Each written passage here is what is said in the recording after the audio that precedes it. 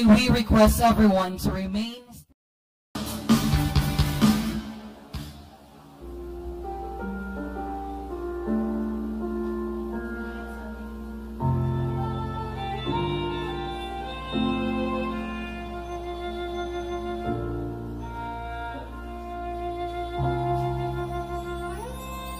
Ang tanging may pamamaan ako'y edukasyong Pilipino, tinuturong galing at talino para maabot ang pangarap mo.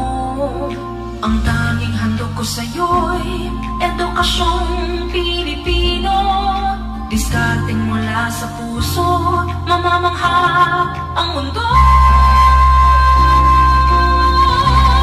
Matatag na mga guro, matatag sa mga pagsubok, matatag na mga mag-aaral, matatag na talino'y umiral. Hinaharap ang hirap, walang takot sumugod, humahanap ng solusyon, ipaglaban ang edukasyon.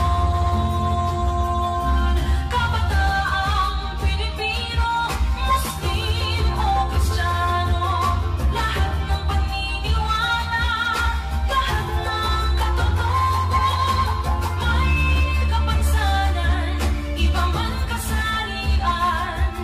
Ang ating pag-aaral ay ating karapatan, ang ating pag-aaral, pangahon sa kahirapan. Matatag na mga guro, matatag sa mga pagsubok, matatag na mga mag-aaral, matatag na talino'y umiiral.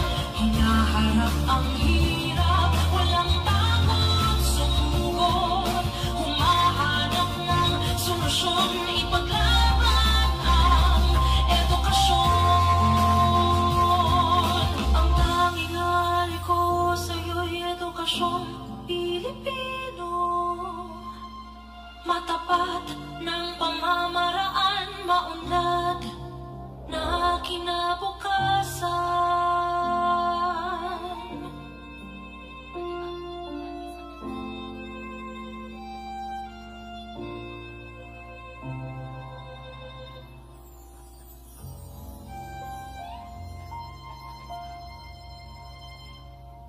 Department of Education, Bansang Makabata, Batang Makabansa.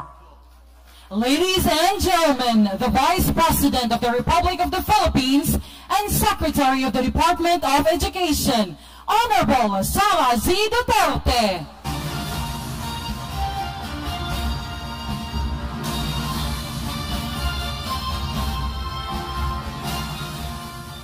Thank you. Please take your seats.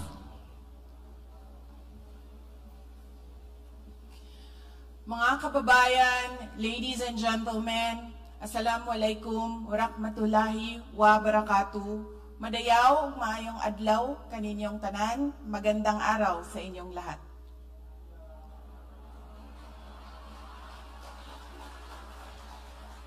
Unahin ko po muna ang aking mga pagpapasalamat. Una po, personal na pagpapasalamat ko sa inyong lahat, sa inyong kampanya, sa inyong suporta, sa inyong boto para sa akin nung nakaraang halalan nung taong 2022. Daghan kaayong salamat.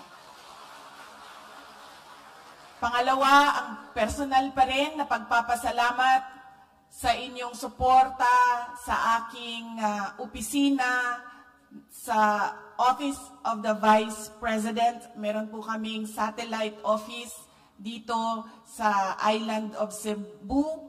Maraming salamat po sa inyo lahat. Ang ikatulong pagpasalamat gikan sa amo ang pamilya Duterte, dako kaayo mi og utang nga kabubuton kaninyong tanan mga kaigsuuna namo sa higayon nga gihatag ninyo kanamo nga makatrabaho sa ato ang gobyerno. Daghan kaayong salamat. Ang susunod na pagpapasalamat ay mula po sa akin bilang kalihim ng kagawaran ng edukasyon. Mahal ko kayo, my DepEd family, at nagpapasalamat ako sa suporta ninyo sa 2 taon. na ako ay naging secretary ng Department of Education. At ang huling pagpapasalamat dahil ang Brigada Eskwela ay bayanihan ng whole of community approach sa pagtulong-tulong para maayos natin ang ating mga paaralan sa paghahanda ng pasukan ng ating mga anak. Nagpapasalamat ako sa aming mga partners, unang-una ang mga magulang at ang mga parents, teachers, associations. Maraming salamat sa inyo. Sa aming mga partner, local government units, maraming salamat. Sa mga other government offices na tumutulong sa Department of Education, maraming salamat sa inyo. At syempre, maraming salamat sa private sector, sa private businesses, organizations, and corporations. Maraming salamat po sa inyo. Kaya ba mubura man niya ang ato ang programa no? Sayo-sayo pa man. Nakakape man mo, kay nakakita man ko sa kape dito sa entrance. Mag-istorya usa ko sa inyo ha. Kung sa'yo nahitabo sa ko kagahapon, July 16. Niya namin dinhi kay mag-closing me sa palarong pambansa. Samtang nag-andam ko para sa July 17, nagtanaw ko sa mapa sa Cebu. Ipangita na ko ang Carmen. Kita na ko, silingan ra sila sa Danao. Ang ako ang kagikan, ako ang ginikanan, gikan ni salatanan sa Cebu, o sa Region 7 o sa Region 8. Kaniadto, asa sila gikan, ang ako ang maternal grandfather, gikan siya sa Hilongos, Leyte. Ang ako ang maternal grandmother, gikan siya sa Tuburan, Cebu. Ang ako ang paternal grandfather, gikan siya sa Danao. And then, ang ako ang paternal grandmother, gikan sa Agusan, sa Mindanao. Agusan del Norte. So, kagahapon, pagtanaw na ako sa mapa, sa Cebu, silingan nila, Danao. Nitawag ko sa ako ang mama. Anak ko, ma, makahinumdum ka kaniadto tong bata pa mi. Wala pa mo nagbulag ni Papa. Siya, buang yung kang bata ka. Anak ko, tinuon man, wala pa mo nagbulag. Before they separated, every summer break, dadun mi sa amo ang ginikanan sa Manila, magbisita sa ako ang lola. Ang mama sa akong mama, nagpuyo man to sa Las Piñas. Anya na siya tindahan sa Baclaran. Dira may ginadala sa ako ang mga ginikanan. O dinhi, mabisita sa Cebu, sa Danao. So yun ako siya, kainumdum ka ma, nga nag-aadto ta dito sa Danao, pagkahuman natin, ginabisita nga pariente ma, nagpuyo sila sa atubangan sa palengke. I think, kung tama ko, informal settler to sila. That was 1990s, early 1990s. Natay pariente na ginabisita dito. Muagi magugko og Danao, muhapit ko, mato ko Carmen man, muhapit na lang ko og Danao, bisitahon ako. Ningon akong mama, siya, di naman gani ko na mahinumdum, unsay nahitabo itong nilabay na si Mana, kato pahinoong 1990s ang imuhang ipahinumdum sa ako, Okay. Anak ko, okay, di lang ta mga suko. Anak ko, mabisita na lang ko sa sementeryo. Anak, mabisita na lang ko sa sementeryo. Mabisita ko sa simbahan ma. Anak siya, okay, sige. Nya ka na sa magkamuli. Anak, laing istorya na. So, gipangita na ako ang lubong sa grandparents ni former President Rodrigo Duterte. Ang iyahang lolo, bali great-grandfather na ako, si Facundo Duterte. Ang iyahang lola, si Zoila Duterte. Mo na ang parents sa ako ang lolo. So, gitext na ko ang amo ang isa ka paryente nga daghang nahibalaan diri sa Cebu, na dito sa Cebu City, anak ko sa iyaha. Asa nakalubong si Facundo o si Zoila. Ana ang ako ang kuan. Siya patanaw na ako dito sa kanang Murag Duterte genealogy, patanaw na ako sa records. So, gipapanggita niya, na nakita niya, iyon siya si Facundo, nakalubong sa Danao Cemetery. Unya si Zoila, nakalubong sa Roman Catholic Cemetery sa Cebu, kanang Cartera. O, kana. Na daw dito. So, nangingon ko sa ako ang mga kauban, pwede ba ninyo pangitaon ang lubong ni Facundo o ni Zoila? So, wala nila nakitaan. Wala nila nakitaan diri sa Danao. Wala nila nakitaan dito sa... wala nila nakitaan dito. So, gitext na ako ang mga ubang igagaw. Anak ko, kung pangita o patay kagahapon. Anak ko kay sa akong igagawin ko, Kay, magkahinomdom ka, Kay, nga naatay gilubong ka ni Anto Dugay na. Niya anak ko nga, asa ganito, Kay, niya, kinsa ganito atong gilubong? Siya, tiyo man to nato ang ato ang gilubong. Ay ko, okay. Asa si Kuan, Facundo o si Zoila. So, katong isa kay igagaw na ako, siya, kibali mo aning mga taga Cebu no, kay kanang mag-in-English, Bisaya. I saw Zoila Baya in...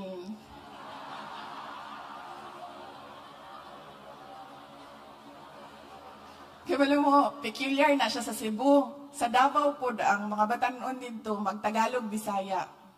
Lahi po sila dito. Tagalog, Bisaya po ilaha dito. So, si Zoila Baya, I saw her dito sa Kuan. Nakitaan daw niya sa Queen City Memorial Gardens. Oo. Yan ako kay, si Facundo kay, asa? Tapos yan na siya, I don't know Baya, but maybe you can ask. So, nangutana po ko sa akong isa kaigagaw. And ko, si Red ba? Si board member, Red. Anak ko, Red. Asa si Facundo, Red? Yan na siya nga, wala ba ako kibalo? Yan na siya. Pero ang anak nila, naasa doon sa lubong ni Mama. Yan ako, okay. Yan ako, sige lang. Yan ako, mabisita man ko sa Kuan, sa Danao Ugma. Makita lang ta Ugma. Bisita ko kay Tia Eli Pod. Iyahang mama ni Red. So, kagabi, nagsige ko guna-huna. Nagsige ko basa sa mga text, sa messages. Pagkaman, nag-text tong isa na ko kay Gagaw, niingon siya, kibalo ka, nagtanaw-tanaw ko ba? July 16 ang death anniversary ni Facundo. Kagahapon. Yan ko sa ako ang igagaw, kibaw ka, wala biyagib ko nangitaan na niya sukad. Karon ragyog ko nangitaan na niya. Tingali ginapapangita ko niya sa iyahang lawas. Asa na ang lawas ni Facundo. And now he's still missing. Ang ako ang lolo is missing. So kagabi, nag-uban miss ako ang igagaw. Ningon siya, kibaw ka, kana imuhang lolo. Gikuha na sa imong mga kontrabaw. Niya mo na ilang ginagamit nga. Pandaot sa imo. So, until now, we are searching for Facundo Duterte. Missing. Doon na may reward na 10,000 pesos sa mga Huwag ko gabinuang. Yun na pangitan na mo ang lolo. Asan na si Facundo Duterte, ang iyahang pangalan. Wala na yung problema kay Zoila. Kay Tua Baya siya. I saw her Baya in Queen City.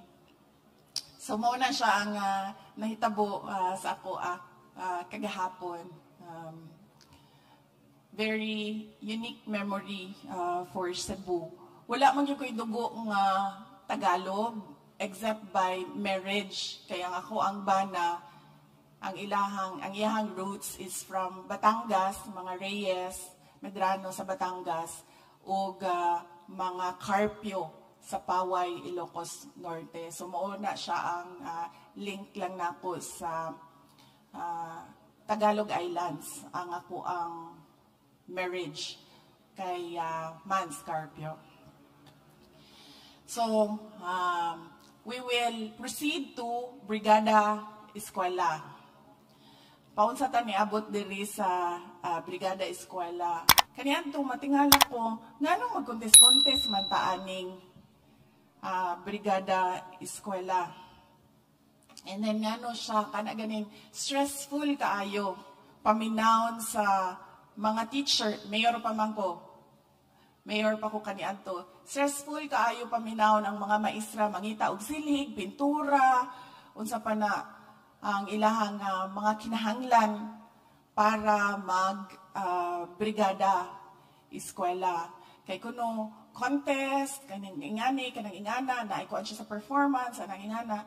So gingnan ako dito sa central office, yan ako, ngano inyo man ang palisda ng mga maestra, nga pwede naman na nato pasimplihan. Brigada eskwela lang man na siya sa pag-andam sa physical facility para sa pagsulod sa mga bata. Kundi dapat ba atuaran na siyang limpyuhan. Keep it functional, clean, and orderly. So, ningon sila nga, pwede man na, wala man na problema. Kung pwede man di ay, di man ninyo buhaton. So, mana to, nitanggal na ang mga lumba, paligsahan, na kung unsa pa para sa Brigada Eskwela. And then we come to the controversial national issue of walls of classrooms. Natingala niyo ko, ngano nahimo naman ni siyang national issue ang bungbong sa ato ang mga classroom. Kaya niingon lang ko last year na keep it clean, bare ang walls sa ato ang classrooms because wala siya'y connection sa education sa mga bata. Unang-una, upatra, gyud ang kinahanglan sa bata para makaingon ta na tingali 70% na ay improvement sa iyahang academic performance. Unang-una, tamang nutrisyon. Ang bata nga malnourished, di gina makahuna-huna og tarong. Ang bata nga gutom, di gina makahuna-huna og tarong. Tamang nutrisyon. Ikaduha, tamang suporta sa kalusugan ng kanilang pag-iisip. Mental health support programs. In fact, dili lang sa mga students, apil na sa mga teachers. Kaya kabaw ba mo, ang amuang asek kaniadto nga gikan sa teaching personnel sa Department of Education, niana siya nga storya siya sa iyahang kaagi. Gikan principal, division superintendent, hantod na himo siyang execom sa DepEd. Nga, niana siya, naagi daw sila maestra kaniadto nga musulod sa eskwelahan nga ang bra na sa gawas. Sulod siya sa eskwelahan, mag-uniform siya, niya iyahang bra na sa gawas. Unsa day buhaton sa ingana. Ko precisely, diba? Kung ingana ang mga maestra nato nga musulod sa eskwelahan, unsa pa may matudlo ana nila sa mga learners. So kinahanglan o mental health support program sa ato ang mga learners. Ikatulo, they need protection from abuse. They need security. Protection from abuse from the adults around them. Dili lang ang mga teachers, apil na ilang mga ginikanan, kanang mga silingan, who prey on the innocence of children. And ikaupat, the quality of teaching sa mga teachers. Kanang upat ra ang kinahanglan sa bata. Tamang nutrisyon, tamang suporta sa ilahang mental health, protection from abuse, and quality of the teaching. Kabaw mo, ngano, kusuko kaayo anang decoration sa inyohang mga classroom? Diba? Kay, magsimang kong suroy-suroy ang mga eskwelahan, di man ko mo mapapundo sa opisina. Wala man ko naanad-anak. Because when you're mayor, you're always out of the office as well. Kay naa ka dito sa mga barangay. So naanad ko gingana. So ingana ako ang nadala dito na behavior sa Department of Education. So kung asa man kumuad to, I get invited as Vice President. I go there as Secretary of Department of Education as well. So musulod ko sa mga classroom. Di na lang kumusulti sa inyo ha, unsa nga probinsya ni. Pero naa siya sa Region 6. Pagsulod na ko sa classroom, sige kong istorya sa mga bata. Oy, sige kong istorya sa teacher. Paghangad na ko, blackboard ni, na ay picture din ha, sa tubangan. Picture ni President Rodrigo Duterte. Ni anak ko saya ha, ma'am, ang ato ang presidente si Bongbong Marcos. Ngano na amang kay picture ni President Duterte dinha sa taas sa imuhang blackboard. Abi na lang aning mga bataan ni mo ni ang ato ang presidente. Kung ang imuhang intention is to teach them kung kinsa ang mga presidente, saraman to, kung kinsa ang incumbent president, di ba dapat si Bongbong Marcos ang naa dito? Anak ko saya ha. Niya siya sa ko idol, maguna ko na, ma'am.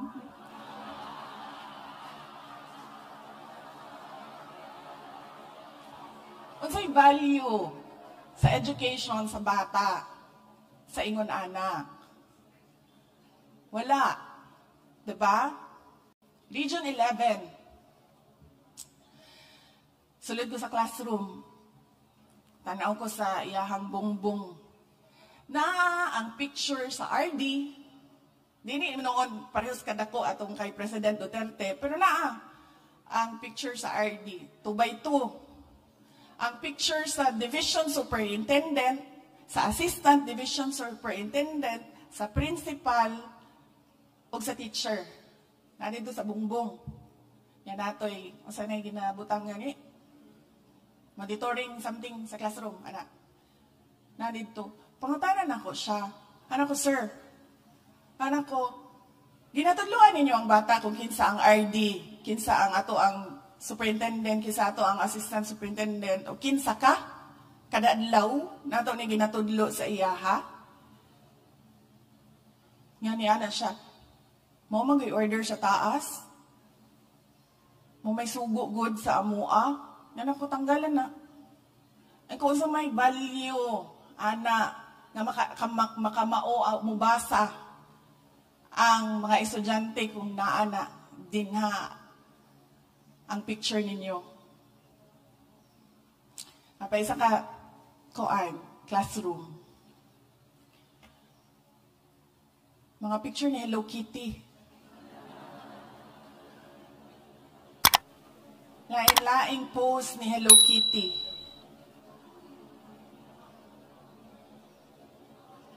Dili man gani na Pilipinas si Hello Kitty. Gina na ako ang teacher ni anak ko nga, ngano na manin dinhi. Anan mo tubag ang teacher, mag-decoration magud daw dapat mi. Pagwapuhon daw namo dapat ang amo ang classroom. So value ni Hello Kitty sa edukasyon sa ato ang mga anak. Diba? Mas importante nga kamao siya magbasa kontra sa makita niya kada adlaw ang picture ni Digong. Di ba? Makita niya kada adlaw sulod niya sa classroom. Uy, si RD Sal Jimenez. Dili to ikaw, sir. Laing region to. Laing region. RD Sal. Daghang salamat sa imuhang tabang sa 6 national events. O sa entire island of Cebu sa 6 national events. The absence of a standard on how to decorate your classroom. That is the problem. Mauna ako ang gisaka dito sa curriculum and teaching. Ingon ko sa ilaha, kung dili ninyo ingnan ang mga maestra, kung unsaon nila pag-decorate ang ilahang classroom, magkanya-kanya gina sila. And then the curriculum and teaching responded, because teachers are given the freedom. Sa mga detalye sa ilahang mga itudlo sa bata. Kung ma'am, kung tagaan na ninyong freedom, tagaan na mo example. Ngayon na ako example. Naatay maestra nga ga-idolize kay Rodrigo Duterte, naatay maestra nga mahilig sa Hello Kitty, naatay teacher nga kuan kaayo, masunurin kaayo, ibutangin si RD dito, si SDS, si ASDS. Diba? Kung walay standard ang city sa pag-decorate sa classroom para doon na siya'y balor sa pag-eskwela sa mga bata, lisod kaayo kung pasagdan ninyo tanan mga maestra. That's approximately 47,000 schools, including BARM schools, na magkanya-kanya o decorate. Ang problem manggod sa mga tao nga magsigig ingon nga dapat kuan na decoration, wala sila kita sa tanan classroom sa 47,000. So gingnan na ako ang city, if you can come up with a standard on training teachers how to decorate classrooms, that it has value sa learning outcomes, wala ay problema sa ako at decorate all you want. Gastuhin na ninyo, go. Pahala mo din ha. Pero kung kana, makasulod ko og classroom, na makakita ko og decoration, usik-usik sa kwarta, unang-una, ikaduha, wala gid siya'y kuan sa bata. Wala siya'y value sa bata kada adlaw. Undangan ta na. So, mauna siya ang ako ang mamistam mo. Promise, kalabad sa ulo na ako sa inyuhang tanan, mamistam mo. Hanap ako kausa. Anang freedom daw kuno sa teacher, kung unsay kuan, kung unsay itudlo. Naisa ka eskwelahan sayang, lagi ba, kaya wala na ako na picturean. Kaya pati ako na shock. Kuratan ko sa, nakita na ako nga nakasulat sa kuan, blackboard. Hindi na ako masulti sa to. Region 6. Oh. Region 6.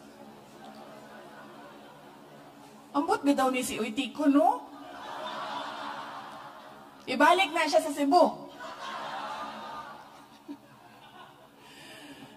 Region 6. Ang puto, reading sa class, I don't know, language class, masiguro, wala ko kibaloon sa ang kuan, pero ang iyahang story, ang story sa teacher, gisulat niya sa blackboard. So ako, nilingkod po ko dito, nilingkod ko, istorya sa mga bata, chika-chika, ana. Pag-anan ako sa blackboard, the man with the red undies, ang iyahang story.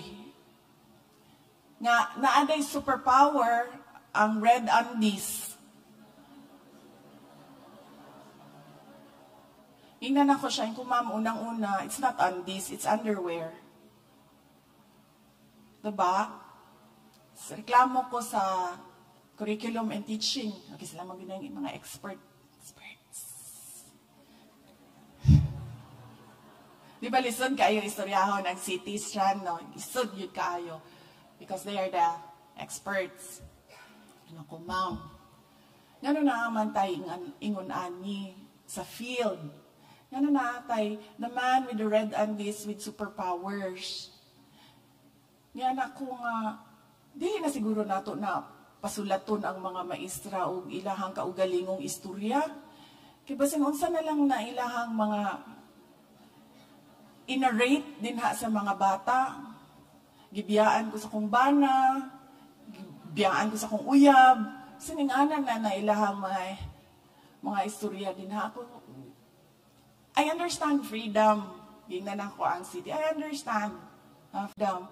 But sometimes, you need to tell them so that they understand that everything that they need to do inside the classroom has relevance in the education of the child. So muna siya ang ako ang kaagi sa Department of Education.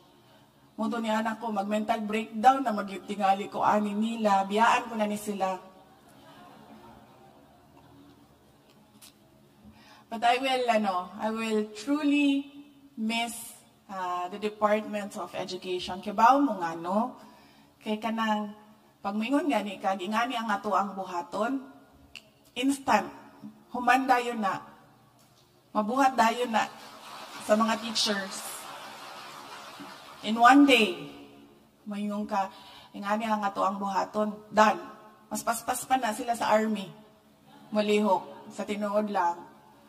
Mamugna dayon na nila ang ilahang kinahanglan, buhaton. Ingana ka hardworking and resilient ang teachers nato dinhi sa Pilipinas. And I thank you as well for not leaving the Filipino children. Kay baw ko, kagahapon lang, na ay haniduol sa ko, ay siya gikan po ko, Department of Education, parihota ni resign, kay mag-abroad na ko, siya mag-abroad po ka, giingnan ko niya.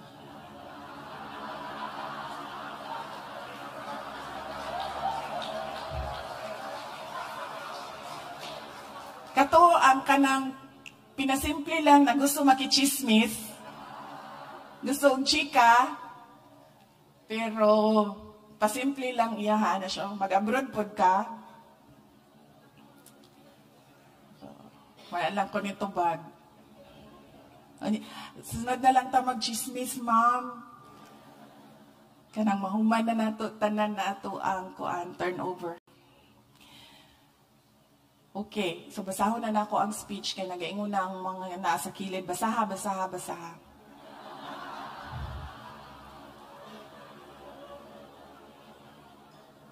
Kay kaning sila kaaway pud dako ni sila. No? Kana magsige ko og kagahapon sa palarong pambansa. Sige ko og edit sa speech. Kag-edit sa speech. Unsa man gyud gusto isulti? Unsa man gyud gusto nato isulti? Magpasalamat lang man tang ano daghan na magyud kaayo ning ato ang ginasulti. So paminaw nato.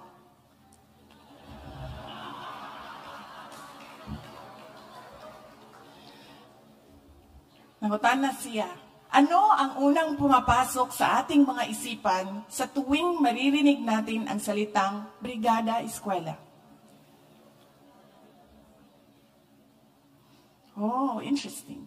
Some of us might think of cleaning floors and repainting walls or giving out donations such as books and school supplies. But I assure you, it is much more than that. Brigada comes from the military term brigade, which means a group of people organized for a special mission. Today, our special activity goes beyond just organizing an event. It is about bringing the matatag agenda to life outside the confines of our classrooms by putting the eskwela in Brigada. With the theme, Bayanihan, para sa matatag na paaralan, we are all here to prove that with the power of partnership, it builds walls to strengthen and not to divide.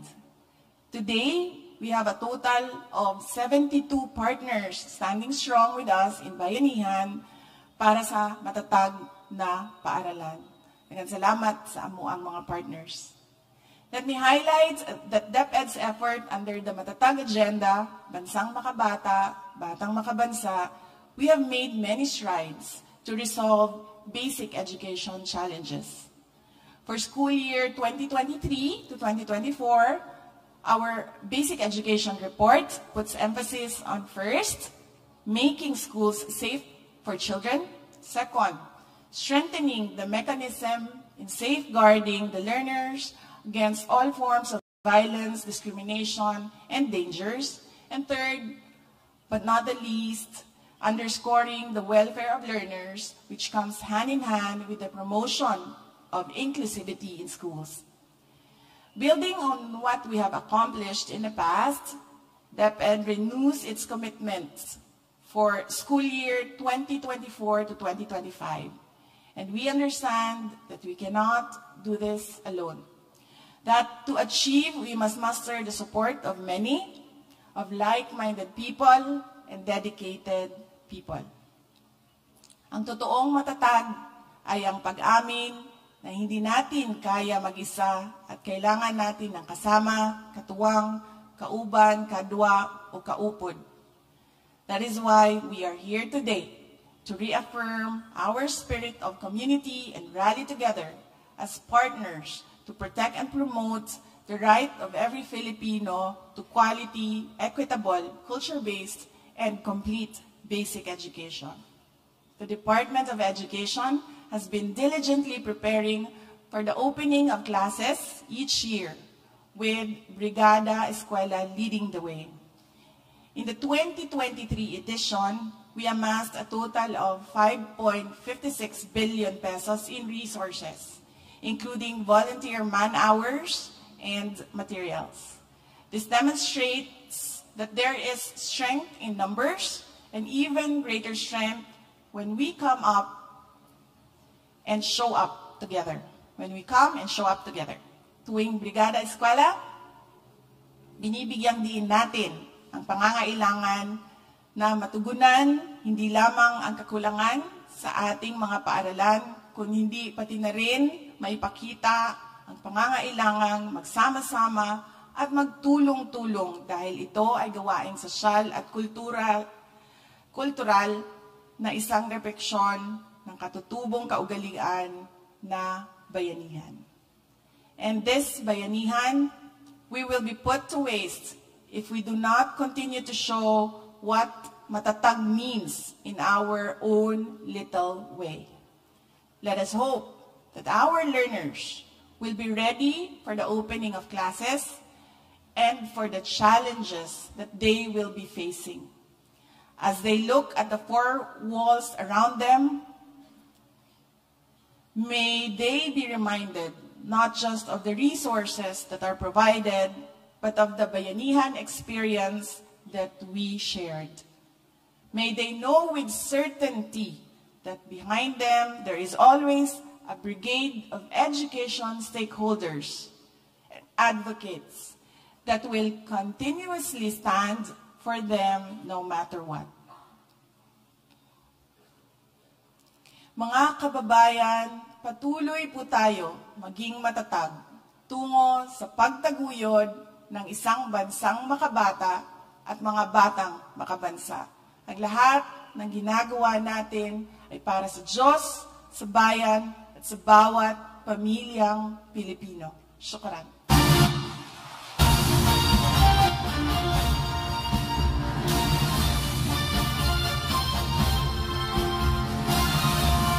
Thank you very much, Vice President and Secretary of Education, Honorable Sara Z. Duterte.